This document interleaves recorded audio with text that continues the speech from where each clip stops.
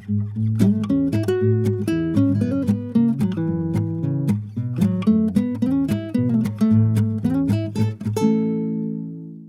to the Backyard Road Trips podcast. I'm Zack. My name is Jim. And we are here talking about beer. So shocking. Yep. But this time it's kind of a little bit of a wrinkle to it. Yeah. Let me give some backstory here. So I had Fox Farm, who Zack and I both love. Yeah. And I'm going to give the name of this beer. This is All Fort. They had I subscribed to their email list. Mm-hmm. This is the only way I'd ever find out about anything. And they're the only company that I think I've ever subscribed something to. But they had a beer that they released that sounded exactly like up my alley, what I would like. So here's the description. It's what kind of beer is it? It says it's an Adam beer. Wait, wouldn't an Adam beer maybe Michelob Ultra? Fast Adam, that one's for you. It says it's aged in apple brandy barrels, bourbon barrels, and stainless steel. Other things that I can remember from it is that it was also had some smoked malt in it. Mm-hmm. Like every checklist, everything that I'm looking for. Aged for a long time. I think I thought it was a high alcohol. Since 1860, I heard. 11%. Yeah. Oh, okay. Yep. Yeah. So I had to go out. I made a special trip just to go get it. Here we go.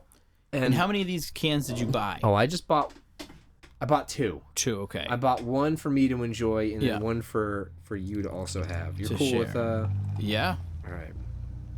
Well, yeah, I knew that I had to share this with you. Okay. But you thought in a good way originally. Yes. Yeah. Did you finish it when you had... Well, so here's the thing. I cracked that baby open and I tried it. In the car on the way home. I didn't even leave the park. You can smell it right from here. Yeah. Yeah, and it smells good too, I think. Charlie comes in here, maybe he wants to try it. Yeah, they'll fall asleep fine. I don't know, I'm giving myself a big pour. You got to drink all of it. I tried it, and it was one of the most disgusting things I've ever tasted. Wow. And we've had some disgusting beers. Sure. And so I thought... Gray Lady by Cisco we dumped. Yeah, I just... I needed you to remind me of like what the literal dumpers were. That we like, nope, this is not even worth.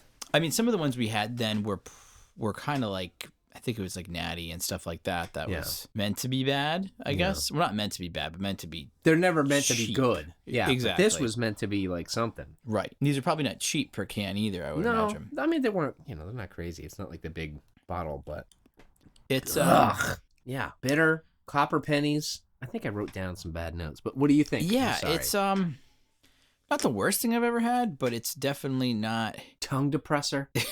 Like that's the bourbon barrel, but yeah. I mean, you don't have to go along with like me saying it's bad. I just thought it was awful, and I was so disappointed. I was really wanted to like it. There's a lot going on. Yeah, maybe. And you've got like it has a strange. Like you can definitely taste like a different. These are things, listeners. The different things. Zack likes this beer, and he's just being nice to me. It's okay. No, it's I wouldn't seek it out. How about that? Mm-hmm. I wouldn't seek it out. I finish this whole thing? I don't know. I poured this down the drain. After how many sips did you have? Not too many. I knew I couldn't finish it. You know what? It just got a really like a bad bitter drying. Mm-hmm. It does. It kind of tastes like you're chewing on sticks at the end. Yeah, like a November beer. Oh, it's a January 1st beer. Okay. Where everything tastes bad because you partied so hard the night before that you're just like, what? You went to bed at 9:30 instead of 8:30. Drank a whole gallon of milk in 15 minutes and then ruined your parents' bathroom. That's right. It's not the worst thing I've ever had. Okay. But it's not. Again, I wouldn't see if I had like a small sample of it, like maybe a 4-ounce sample. Yeah. Like okay, like I'm not gonna buy a full one, but I'm not gonna, Yeah. I wouldn't. I don't hate it. Yeah. That's fine. That's fine. I'd probably rank it about a 1.25. Meaning, like if I'm gonna do Bud Light as like a 0, I'd rather have no beer than Bud Light. All right. Then this I would give a higher ranking to. That's fine. Than Bud Light. Yeah, but this isn't. That's understandable. You're the connoisseur here, so that's why I don't know about that. Appreciating your insight on it. The one that I was thinking about Fox Farm, which I thought was interesting, was the Daylily. Have you ever had the Daylily? No. What is it? It's an IPA. It's an IPA or double IPA, which I typically like their selection of IPAs and double IPAs. Some of them I get a little bit sweet. That I don't really like the sweetness a little bit. Sometimes it happens when you turn up the ABV. But the Daylily one just has a different taste that I just couldn't get. It wasn't like it was like too loaded with stuff. It wasn't like they like poured a bunch of junk into it. I just didn't like it. You know what I mean? I don't know what else to say. Like I looked up the reviews on like Untapped. It got like 4.17, which is a great review. Wow. Just couldn't get into it. Yeah. Couldn't do it. Neither could the dog. Mm-hmm. Any other ones that you've had that really stand out or not really? I wish I remembered. That's, I think, the problem with the question is that like we want to forget it. They're so bad that we just want to get rid of it. Yeah. I'm not trying to remember what it is. And I'm not experimental like you. Like, if anything, like I'm reaching out to you to saying, hey, this is the one time this season I'm buying a 6-pack of beer. What should I get? Right, and you recommend it to me because otherwise I don't want to waste my money on a beer that's going to stink. Right. The Trillium, I mean, they probably have talked about this before, but I got a stout from them one time that was expensive. It was like $25 for a small bottle. Wow. And it was like probably 15%. And it was, to me, it was like motor oil. Like I just couldn't, I think I might have drank the whole thing, but it was like, could have been like tiramisu. That might have been a different one that I had. But I think it was tiramisu flavored. Like just couldn't do it. And then Trillium they had part of, and usually their IPAs are super solid too, but they had a part of their Lighthouse series. I don't remember which light it was that dumped it. Really? Yeah, I dumped it. Wow. And it just an IPA didn't like. That reminds me, there was a couple of stouts that I've had that were really awful. I feel like stouts can be like hit or big miss. Yeah. I mean the huge, big, heavy stouts I have trouble with myself. Yeah. There was I think Arrogant Bastard made some type of Russian stout, an imperial stout that I thought was disgusting. And everyone loves Arrogant Bastard. I didn't like that. And then there was one I got at Universal Spirits over in by like the ShopRite. Yeah. And that was it might have had the word oil in it, but that was also super disgusting. It was, I don't know. I feel like stouts. I like stouts. I think you like stouts too, but like there can be some stinkers out there with them. And I think these are a lot of the ones that like the people, the really big stout fans, probably love. Because I mean, if you look at like the top whatever beers and Beer Advocate, there's a lot of these like really big stouts. So granted, I haven't had them because they're super rare. A lot of them and this and that. I mean, one of them like the Bourbon County Stout. Do you like that from Goose Island? I was just gonna say we should talk about. Some of the bigger name ones that not just not the stinkers that are cheap stinkers, but like Bourbon Counties are fine and some are gross. So that's I only had it once and I was not didn't like it. I mean Goose Island in general, their IPA, I think actually there's another beer I could throw on the list. Smells like urinal cake. Like if I have it on draft, it literally smells like urinal cake. Really? Yeah, can't do it. Can't do the Goose. And the Bourbon County one, I was like. And it was this a bunch of years ago when it was super hard to find, and the guy that owned the package store in town put aside a bottle for my dad, and we split it. And I was like, again, super high ABV, and it was a little too much. Yeah, but like at Utopia, not. I mean, Utopia, you still get behind all the time. Yeah. Oh yeah, that's always at the top of my list. But there was you remind me of like a couple more that it was. Someone does a. I want to say like whoever does Dragon's Milk, but I don't think it was them. But like they put out like a special. I can't remember. And I fell for it, and I was like, oh, I want to get this. And I got it. It was like really really bad. Sometimes they'll do like this version of it, like barrel aged version. I think that might be it. Yeah. What you know what I mean? Like different. You know why? Yeah, it is Dragon. You're right. It's Dragon's Milk, and they do like like I feel like every year they do like some variation. Yeah. And I got a couple, and I went for one, and it like because it was like maybe aged extra long in like a bourbon barrel or something, and it was yucky. Yeah. Okay. Yucky. Yeah. How about some big name ones that? One that it's not really craft beer at all, but Narragansett. And I don't mean just Narragansett like, okay, I've had a Narragansett, it's not a great beer. But have you been to the Narragansett Brewery in Rhode Island? No. We've been twice. It's a cool spot. It's an old industrial building. I don't know, some kind of factory or warehouse of some kind. Great location. You can see like the bay from one side. There's indoor, outdoor seating. Family friendly, very popular after work. Like a lot of people like grabbing beers after work. It looks like I've had the kids and it's good. But you go there and it's all Narragansett's take on craft beer. So you can't even. I don't think you can even get an Narragansett lager there. I don't think so. Maybe it's just on the menu. I don't know. So at the brewery, all they're serving is the stuff that they won't sell in the mass market. Right. I mean, some of that, like they probably in the summer will have like the Dell's Lemonade one or like the Autocrat Stout or whatever. But most of them are stuff that I've never seen for market. Okay. And last time we went there, I ordered 3 IPAs and 1 Marzen, maybe. Mm-hmm. Problem was all of the beers just tasted like water. And not in a good way, because when I was in Iceland, and Iceland's water is phenomenal. So I was at this one brewery, and the water was so pronounced, but it was so good that it really had this like whole different kind of effect on the beer, which I liked. Maybe Providence water really doesn't do that same thing. I don't know. But it was just like, it was very watery. So you'd have like a little bit of like an IPA taste with almost like your watered down domestic kind of beer. Yep. It's almost like a Budweiser meets craft beer. You know what I mean? It was very much like that. And to the point where this one, so we went and I got 4. I got 1 New England IPA Flight. I wasn't drinking 4 pints. Flight. Then I had an Oktoberfest. I had a pumpkin beer. I had a barley wine. They had a barley wine? Had a barley wine. That's crazy. Yes. I never would have put them as a... No. Huh. And the thing about it was the IPA, again, it's just like it was last time. Like, this is so thin. It's not very good. The pumpkin one I liked probably best, but the only reason why is because they had the sugar rim, so you're just tasting like the sugar. You know what I mean? You're getting some flavor. Yeah, from that. Yeah. And then the barley wine was probably my second.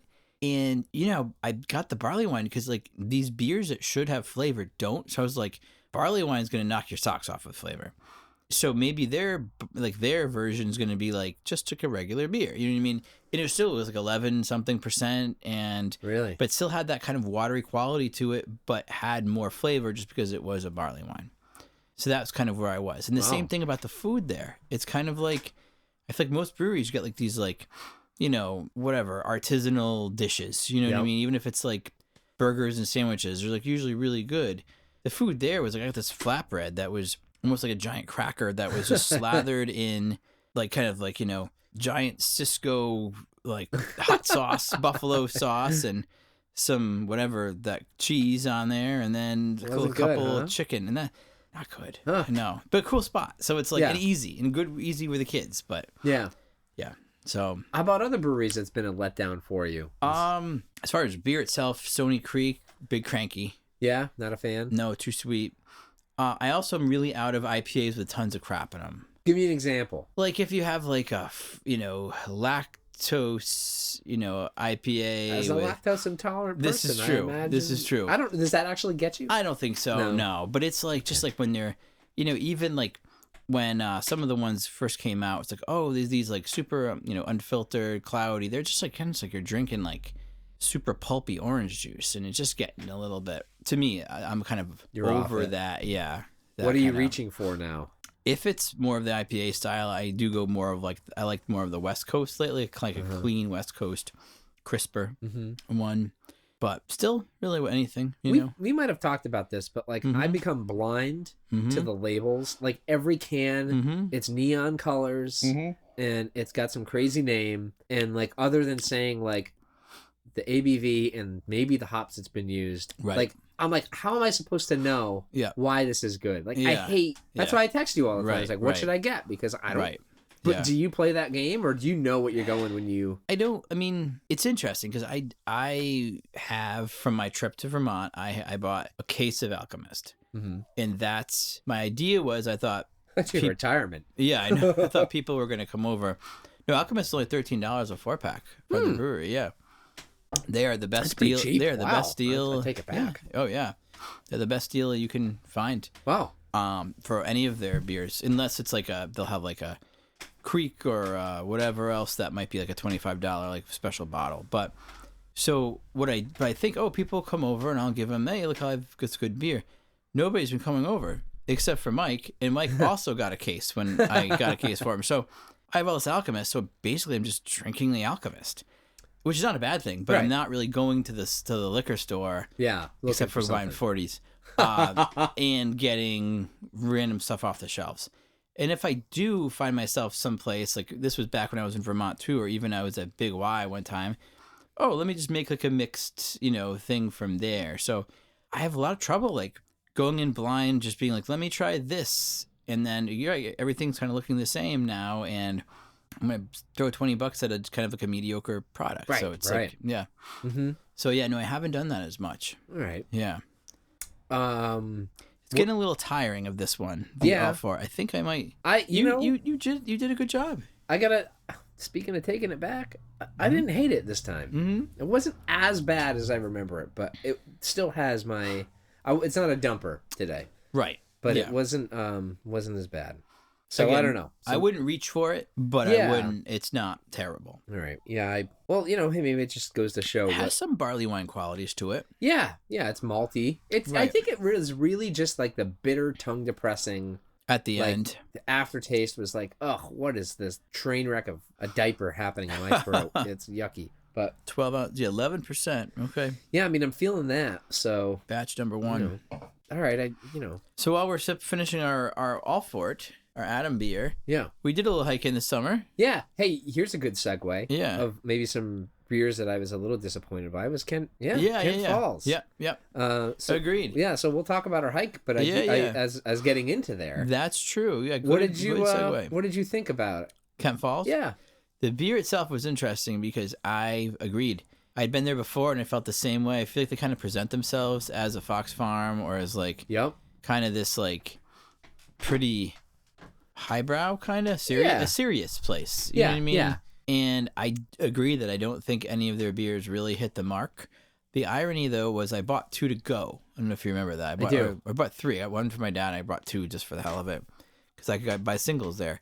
And one of them was a pale ale that I had. And I don't know if it was just the night that I had it, but it tasted so good. Yeah? Yep, it was just so good. Well, that's good. And I don't remember. I think I had it there and it was just okay, but I don't know if it was like long night with the kids or hot day or you know what I mean, whatever it was. But I was like, this is a good beer. Yeah. Yeah. All right. Very different.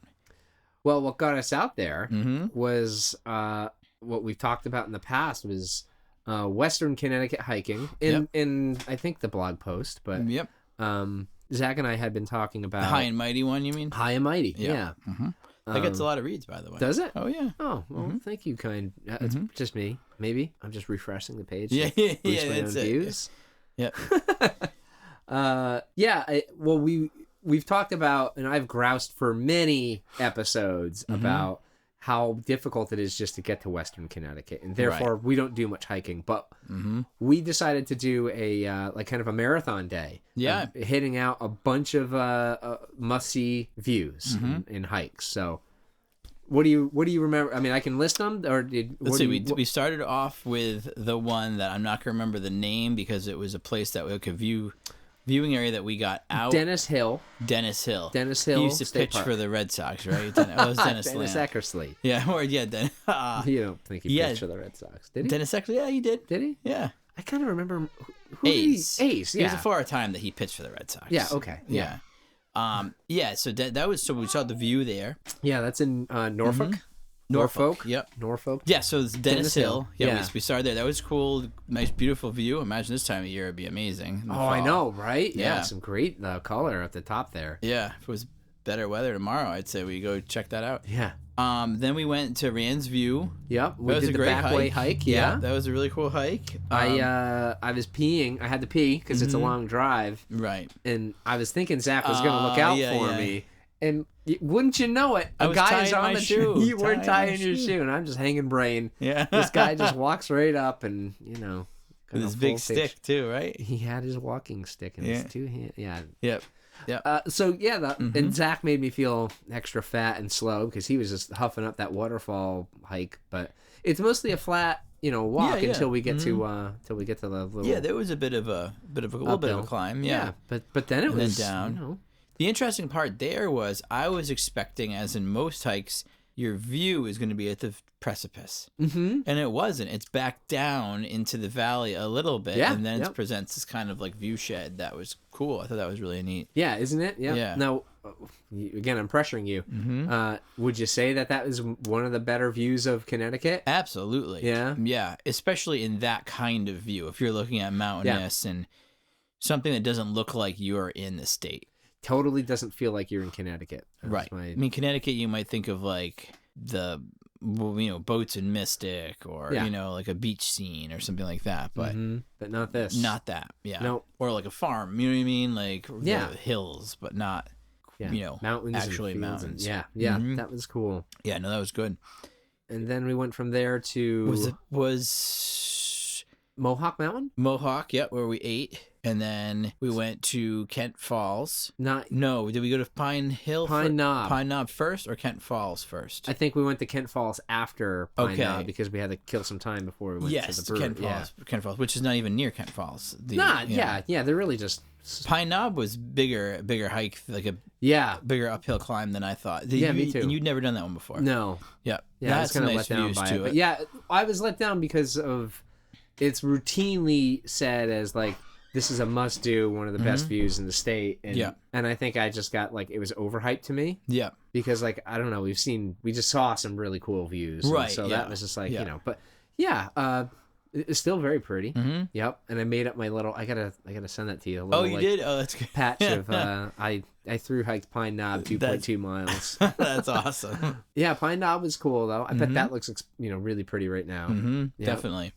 No, that was great views. I mean, that area of the state is really pretty neat. Yeah. And then we went to Kent Falls. Yes. The true Kent Falls. Yep. Yeah. People swimming. And I was back out that way a few weeks later when I was driving to Woodstock, New York. Oh, yeah. Driving some of those same roads and then going over the border into like Millerton, New York from Salisbury and then through some gorgeous, gorgeous roads. Yeah. That, twisting and turning and like it was really nice. I'd like to explore that area some more, like right over the New York border. It's gonna get a highway that goes straight there. There we go. Pave everything. Mm-hmm. Yeah, just cut down all the mountains and trees. I say I want to go there again. So it's like that's 5 hours from my house. Oh, that's crazy. You know what I mean? Yeah. It's like it's just crazy to think about. It's like it's only 3 from here. It's 5 hours from Plymouth. You know what I mean? Man. It's just like that's like Bar Harbor. It's like go somewhere better. Yeah, it's just like like.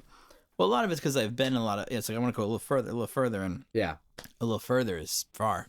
So, have you spent much time in the Catskills? No, I think as a kid we went there for a little vacation once, and then I remember college visits. We did Woodstock then, but this was the first time since high school that I did anything in that area. Yeah. So because this is a lot further south than like Saratoga. We've done that a few times, but like.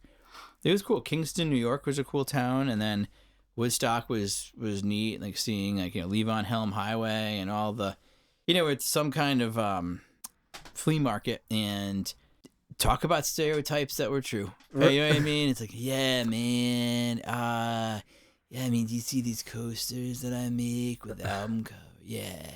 It was like, and we're not even talking about like, okay, they survived Woodstock 1. They were probably our age, maybe like give or take a couple years. And it was like completely just that Woodstock stereotype. You know what I mean? Hippie stereotype. Yeah. That's kind of cool. Yeah. So it was kind of like this little pocket. Stereotypes. Yeah, definitely. Did you buy anything? I bought a T-shirt, and I bought Jackie a T-shirt, and Charlie a Woodstock T-shirt. We all got Woodstock T-shirts. Yeah. So. Okay. And that was about it. And that's all I got was a T-shirt. Went to Woodstock. All I got was a lousy T-shirt. And syphilis. Yeah, well, that's those hippies at the flea market. Yeah. It was the day that Joe Biden declared that he was not going to. He was dropping out or whatever. Yeah. He wasn't gonna. He was dropped out of the race or not seeking re-election or whatever. Well, the hippies must have been up in arms. Oh, it was a big deal. It was. Did you hear every store? Did you hear? Yeah, it was like. Oh boy, it was interesting. You know what I mean? Like one place to be on Earth was Woodstock was probably a good kind of a different spot. So yeah. Thinking of vacation at Mar-a-Lago, and that would have been a very different, you know what I mean? So, very different. So, yeah. Than that. Yes, but going back to our hiking, that was great. It was a nice day out. Yeah, I had a great time with you. Yeah, glad we absolutely. got to do that. And yeah, I know we're going to talk about this more in a future episode. Hopefully, at the end of the month, we'll record again with Mr. Tim. Yep. But you did Katahdin. Yeah, that was the best hike I've ever done. Wow. Yep. Mm-hmm. Life changing. Life. I don't know if changing is the right word, but certainly I can just think of it right now. And I'm so like what right was there. what was so again? There's a little preview, I know, but like what was so the view when you get like halfway up, there's a place called Chimney Pond. That's where we camped, and it's just this pond. It's pretty big, but it's probably not super deep. And then you have like it's surrounded by the whole mountain ridge. Yeah. And it's just like I've never in any hike I've done seen anything remotely cool like that or as beautiful and like we just got lucky. Like no one was near us. Okay. So like it was just like sitting in perfect quiet. Yeah. It was great. I loved it. And first time truly backpacking because we had to lug all of our stuff up and sleep there. That was cool. Whole thing was just an awesome experience. I'll never forget it. I'll be a demented crazy person in a home who can't remember my own name, but I will remember that. That's great. Yeah. And you had to boil your water, all that kind of stuff like that? I think we had, I brought like water filtration things so you can pull from the pond. Yeah. It's kind of a pain to fill up our water packs with them. But we didn't have to boil anything. I mean, you have to treat it because there's no drinkable water in the park. And that's like the crazy thing. So it's like, not only you got to bring all your water, you got to bring everything you need. Right. I hope we get more into this. I'd love to hear like Tim's thoughts on it. But like, I think we're so used to being able to, if I need something, I'm just going to go somewhere. Yeah. And like, oh, there's a camp store. There's something. Right. Like if I forget something. And that probably is what made like maybe our hike a little harder is because we planned for everything because there's nowhere to get it. If you need a Band-Aid, there's no place to have Band-Aids. So you got to carry all the stuff. It was cool, though. I loved it. Sometimes I'll just think about it before I'm going to bed. And, hey, I'm camping back here. And that's cool. Tim and I are farting each other's faces. What's, like, was there anything that you realized that you were lacking that you brought? Like when you were there, like, oh, I needed to bring toothbrush or, No, we brought our toothbrushes. Band-Aid. I think that I wish I packed even more layers because it was cold at the top. I think with the wind chill, it was probably in the 30s. Really? How long did you stay up top? That's a hard question. At the peak, we probably stayed there for maybe 15 minutes. You went to the diner on top? Yeah, just like in Mount Washington. Souvenir. There was but like it's all like above, you get above the tree line really really early from Chimney Pond. So it was just cold like for a lot of it. Okay, yeah. And then like when you're really above it and like the wind is just whipping, it was just like, oh man, I was cold. So anyway, that's a sneak peek, but it was great. Awesome. That's cool. Time. Can't wait to get Tim on here too to get his I know. We gotta. Tim's like, that's the worst time I ever see. I think he had a good time, but we'll find out for sure once we get him on record. Absolutely. All right. Last one. Next one coming up. Yeah, I'll do one plug here. Okay. So, Jim, remember we were talking about that, you and Ian talking about the Backyard Road Trips travel planning idea. Yeah. Yeah, so that's a thing now. So if you go to the Backyard Road Trips website and go to travel planning, you can see how we can plan your own backyard you're road a travel agent now. You're a backyard travel agent. Backyard, yes, kind of. Yeah, a backyard travel. I wouldn't say agents. We don't do any of the booking, but that's okay. That's fair enough. A consulting. That's great. And creative consultant. What does this entail? This entails just recommendations for whatever New England based trip that you're looking for. So, for instance, if you're looking to do an autumn trip to New Hampshire, Maine, and Vermont, I can give you recommendations of places that you might want to stay based on budget, restaurant ideas, if whatever your interest might be. If it's hiking, if it's breweries, wineries, if it's stuff for kids, if it's nature walks that are not strenuous, if it's back roads, if it's ice cream places, whatever it might be. So kind of lending a local's expertise to your trip. It's a very cool idea, Zach. I'm gonna quiz you right now. Okay. Yep. I'm gonna do this on the fly. I'd like to go to Vermont, but I don't want to stay in Stowe, but I want to be in the area. In the area of Stowe? In the area of Stowe. Okay. Yeah. I mean, you could do Waterbury, which has a nice center itself. Or if you want to go a little south, you go to the Mad River Valley with Waitsfield and Warren, which is about probably about 45 minutes maybe from Stowe. So it's not super close, but it still gets you in that region. Another idea, which you might be more of like Airbnb type, would be like Morrisville, which is the town above, which is more of like a real town with, actual like people, stores and, stuff like that, than kind of touristy Stowe. But I think one of those would be an idea of a place to stay. I'd like to get some ice cream, and I don't want it to be Ben and Jerry's. Well, if you're in Vermont, you got to do the Maple Creamy. See, folks, this is why you got to hire Zach, because off the cuff, I'm just throwing it at him. This was not scripted. No. Zach's just ready to go. He's a walking encyclopedia of New England travel. Maple Creamies are just out of this world. It's maple soft serve. Oh, yeah. And it's just, I mean, my favorites, in Montpelier, there's a few maple farms, Sugar Shacks, Bragg Farm and Morse Farm. And did they all do that? Yeah. A lot in other places you can get Maple Creamies, like in other, like more, you could get Maple Creamy in Stowe, I'm sure. You could get, anywhere. A lot of places have Maple Creamies, but I like going to the actual sugar houses to get them. That sounds yummy. Now I want one. Would you say that the Maple Creamies are the Dole Whips of New England? Yeah, or at least of Vermont, I guess. Yeah, I guess because we don't really get them anywhere else. Yeah, I mean, is it really just a Vermont thing? Yeah. Have you never seen it in a different? I've probably seen maple flavor, but I mean, it's really Vermont's where it's always the name Creamy too, not maple ice cream, but Maple Creamy. So really, really good. We went to one last year that was somewhere between St. Johnsbury. We went the back way, kind of up towards in the Northeast Kingdom somewhere. I don't even know the name of this place, but it was huge. It was really good too. But Morse Farm is probably I think it's Morse would be my number one.